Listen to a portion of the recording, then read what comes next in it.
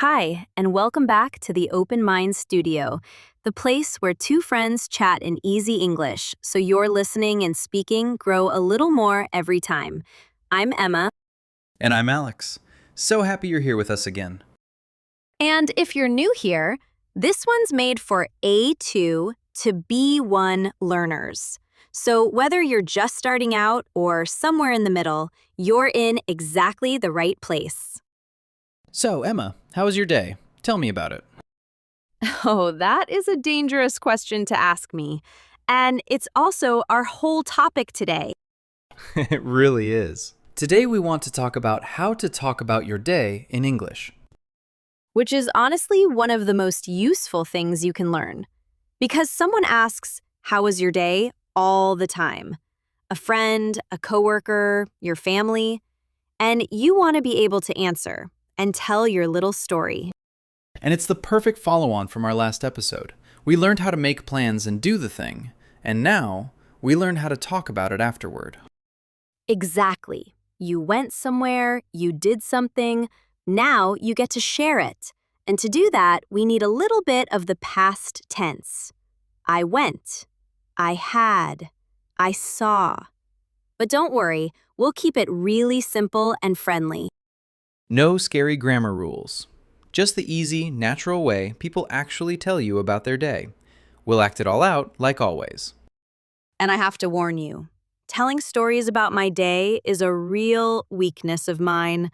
I once told a friend about my day, and it went so badly, it's now part of the collection. The collection grows again. You'll tell us later, I hope. Oh, I have to. It involves a very confused friend and a dog. A dog. Okay, now I'm invested. But first, one small thing, everyone. If these chats help you, a quick like or subscribe really helps more learners find us. Thank you. And near the end, like always, we'll slow right down for a few useful words. And we'll ask you to write one small sentence in the comments. So, why is talking about your day trickier than it sounds? You'd think it's easy. Well, two reasons. First, the past tense trips people up. Go becomes went, have becomes had, and those little changes are hard to grab in the moment. And second, people don't know how to shape the story, so they either say way too little or way too much. Which is the Emma and Alex problem in a nutshell, honestly. And think how often this comes up. A friend texts, "How was your day?" Someone at work asks about your weekend. Your family calls and says, "So, what did you do today?"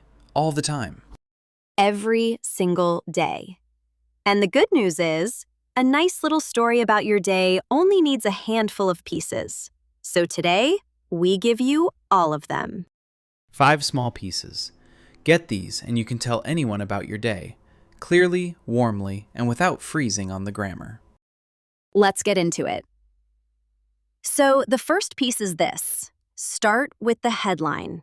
Don't start with every tiny detail. I love this one. Think about a newspaper. It gives you the big headline first, the main point, and then the details come after. Your day is the same. Lead with the headline.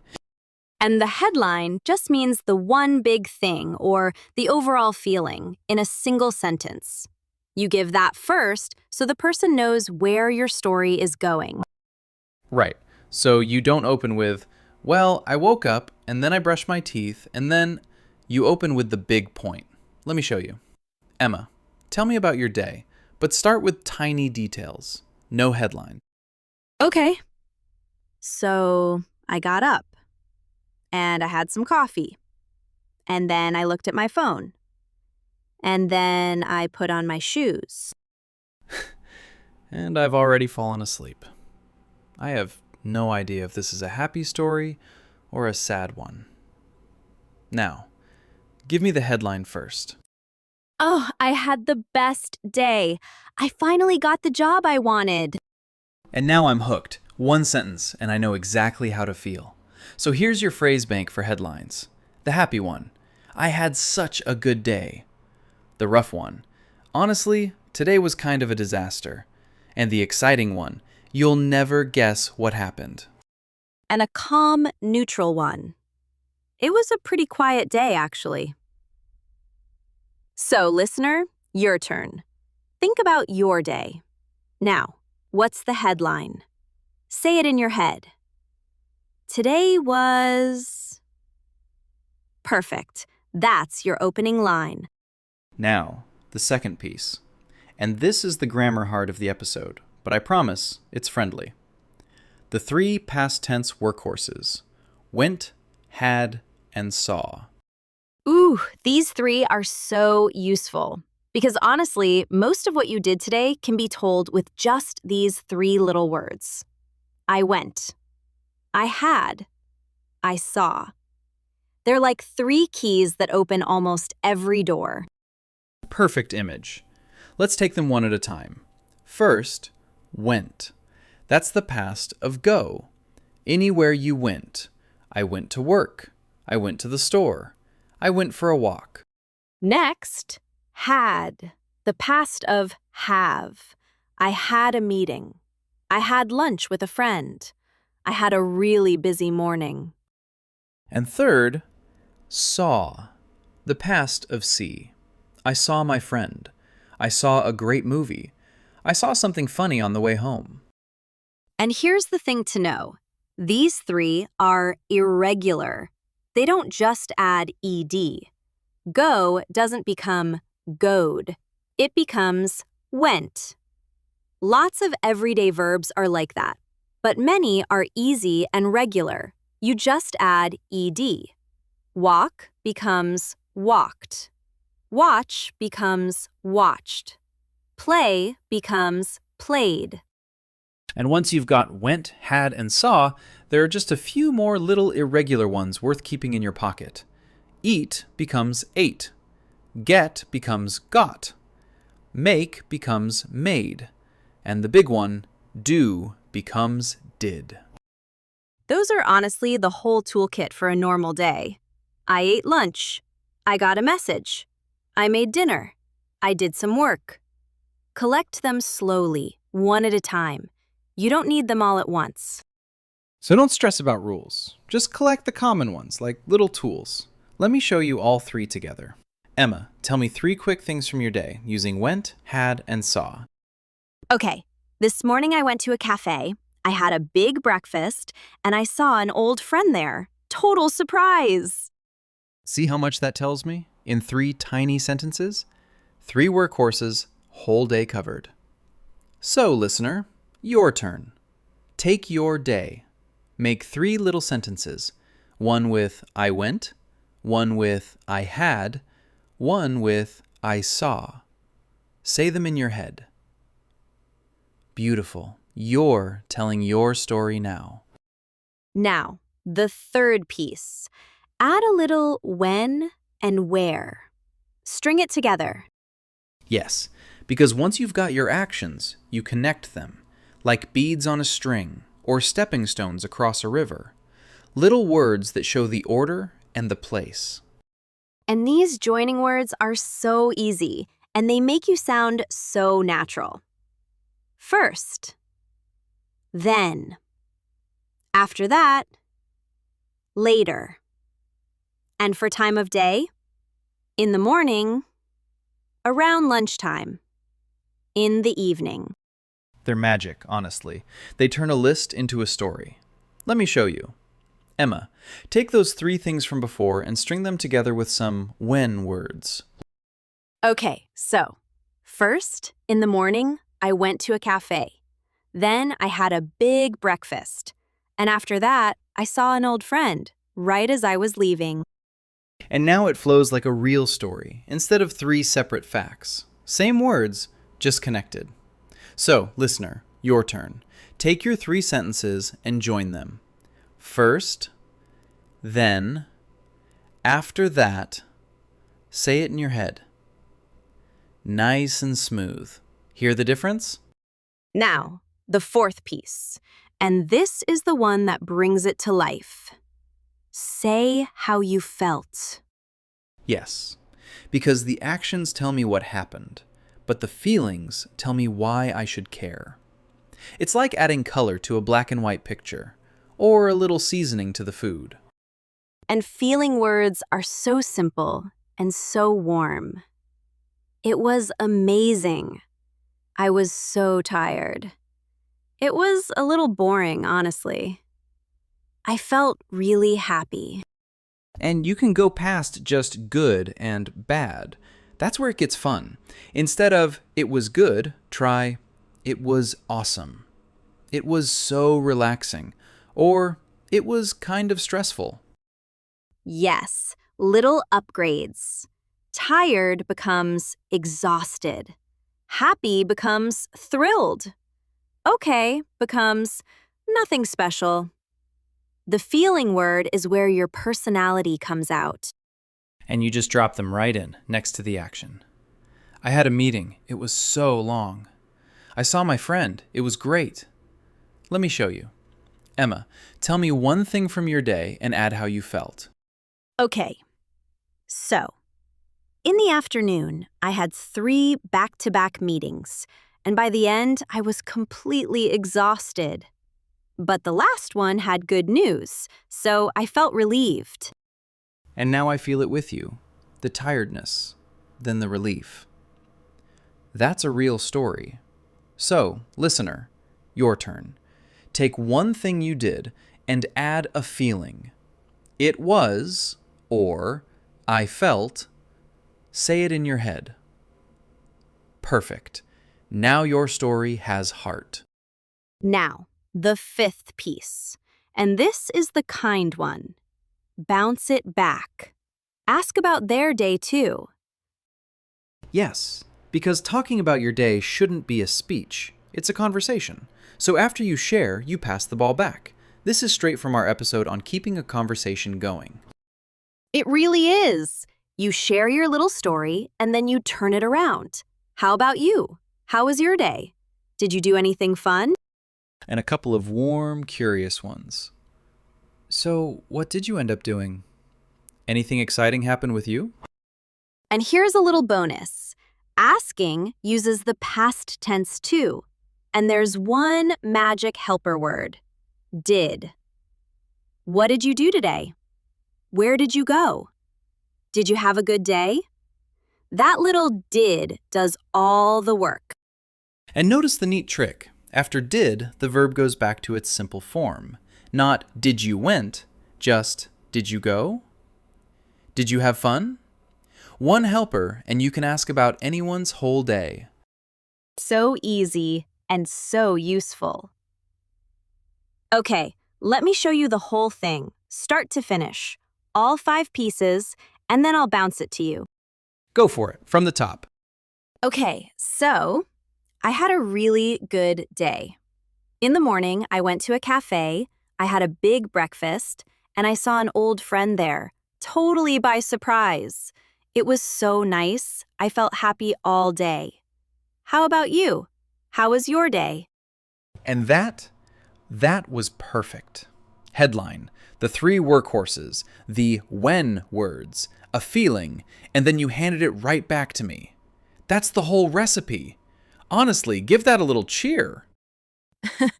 So, listener, one last time. Picture it.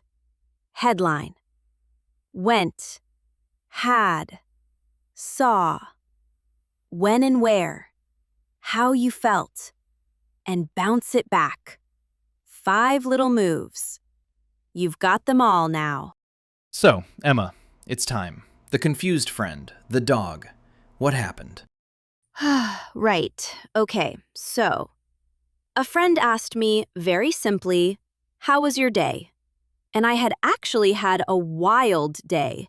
A dog got loose in the park, I helped catch it, and it was a whole thing. A great story. That sounds amazing. So, what went wrong? I had no headline, Alex. None. So I just started in the middle. I said, "So the leash snapped, and I was holding a coffee, and Priya was texting me, and the owner was so far away," and my friend just stared at me. Oh no, you started the story with no beginning. No beginning! And then I jumped around in time. I told the end, then the middle, then something from before it even started. And I put in every single detail. What I was wearing, what the coffee tasted like, everything. So your poor friend. My poor friend held up a hand and said, "Emma, stop. Wait. Did the dog bite you or not? I genuinely can't tell what happened." And I realized I'd given her every detail except the actual story. So the lesson is headline first, then go in order. Don't bury the dog. Don't bury the dog! A story needs a beginning, and it needs a shape. And honestly, you're the exact opposite, aren't you, Alex? Oh, completely. I give nothing. If you ask me about my day, I give you one word and a wall. Sam asked me about my whole weekend once, a big weekend, and I said, it happened. It happened. It happened. That was the entire report. And Sam just waited, like more was coming. It wasn't. So, Emma tells you every atom of the day, and I tell you a 2-word weather report. The truth, again, is in the middle. A headline, a few good details, and a feeling. The happy middle, which is exactly what those 5 pieces give you. Right. Should we slow down and look at some useful words from today? Let's do it. Our vocabulary corner, nice and slow, meaning first, then a few real examples. First one, to have a good day or a bad day. This is how you sum up your day in a few words. For example, I had a really good day. She had a bad day at work. And, did you have a good day? Next, went. It's the past of go, and it's your #1 storytelling word. For example, I went to the store. We went for a walk. And, they went home early. Then, to end up doing something. It means what you finally did, often when plans changed. For example, I ended up staying home. We ended up watching a movie. And I ended up loving it. Next, exhausted. It's a stronger word for very, very tired. For example, I was exhausted after work. She looked exhausted. And by the end, I was completely exhausted. Then, it turned out. You use this when something ended up different from what you expected, often a nice surprise. For example, it turned out great. It turned out to be really fun. And the day turned out better than I thought. And one more, a set phrase you'll use forever. How was your day? For example, "Hey, how was your day?" "How was your day, sweetheart?" And the reply, "How was yours?" You just bounce it right back. And if any of those went by quickly, no worries at all. Just play this part again and try making one sentence of your own with a word you liked. So, let's pull it all together. Telling someone about your day is really just 5 small moves. 1. Start with the headline, the big point first. 2. Use the 3 workhorses, went, had, saw. 3. Add when and where, first, then, after that. 4. Say how you felt. And 5. Bounce it back. Ask about their day, too. And remember, you don't need perfect grammar to tell a good story. You need a headline, a few clear actions, and a feeling. That's it. People just want to feel like they were there with you. And here's how to make it stick. Don't try to do all 5 at once. Just take the first one, the headline. The next time someone asks about your day, answer with one clear sentence first, before any details. Then, a little later, try telling a short story with the 3 workhorses. I went, I had, I saw. Small and clear. That alone will make you sound so natural. And come tell us how it went in the comments. Saying it out loud makes it real, and it gives a little courage to the next shy person reading. So, over to you. Here's our question for today. Tell us about your day, right here in the comments, in English. Just a few sentences. Start with your headline. We'd love to read them. We read every single one. And be honest, when someone asks about your day, are you an overteller like Emma or an it happened person like me? We'd genuinely love to know. And if today helped, a like, a subscribe, or sharing it with a friend who's learning English means the world to us. Thank you for spending this time with us. Everything you did here was real practice. Feel good about that. And next time, we'll talk about something really sweet. How to give and take compliments. How to say something nice, and how to accept a kind word without going bright red. Ooh, the warm one. Once you can tell someone about your day, you can tell them something nice about theirs. So, until next time, keep going, keep speaking, and go easy on yourself. That's all from us today. I'm Emma.